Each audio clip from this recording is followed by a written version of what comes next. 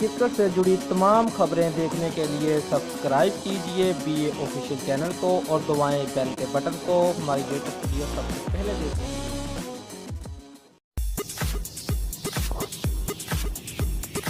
Abu Dhabi test میں قومی cricket team کے سابق کپتان اظہر علی نے 5000 رنز مکمل کرنے کا اعزاز حاصل کر لیا، جبکہ وہ 5000 یا اس سے زیادہ رنز بنانے والے پاکستان کے 8ویں بیٹسمین بن گئے ہیں۔ ابوظہبی ٹیسٹ میں جہاں پاکستانی بیٹسمینوں کو کھیلتے ہوئے زیادہ مشکل پیش نہیں آئی، وہیں اظہر علی نے اپنے کیریئر کا ایک اور سنگ امیل عبور کر لیا۔ اظہر علی نے 5000 یا اس سے زیادہ رنز بنانے والوں کی فہرست میں اپنا نام لکھوا لیا ہے۔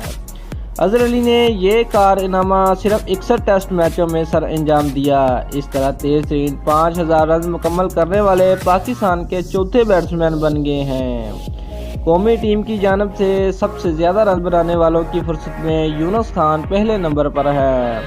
ان کے رنز کی تعداد 10,099 ہے، جو کہ 118 ٹیسٹ میچوں میں بنائے گئے ہیں، جبکہ جاوید میرداد 124 ٹیسٹ میچوں میں 8,832 رنز کے ساتھ دوسرے نمبر پر ہے، اور تیسرا نمبر انضمام الحق ہے، جنہوں نے 119 ٹیسٹ میچوں میں 8,829 رنز بنائے۔ محمد یوسف 90 ٹیسٹ میچوں میں 7,530 رنز بنانے کا اعزاز رکھتے ہیں۔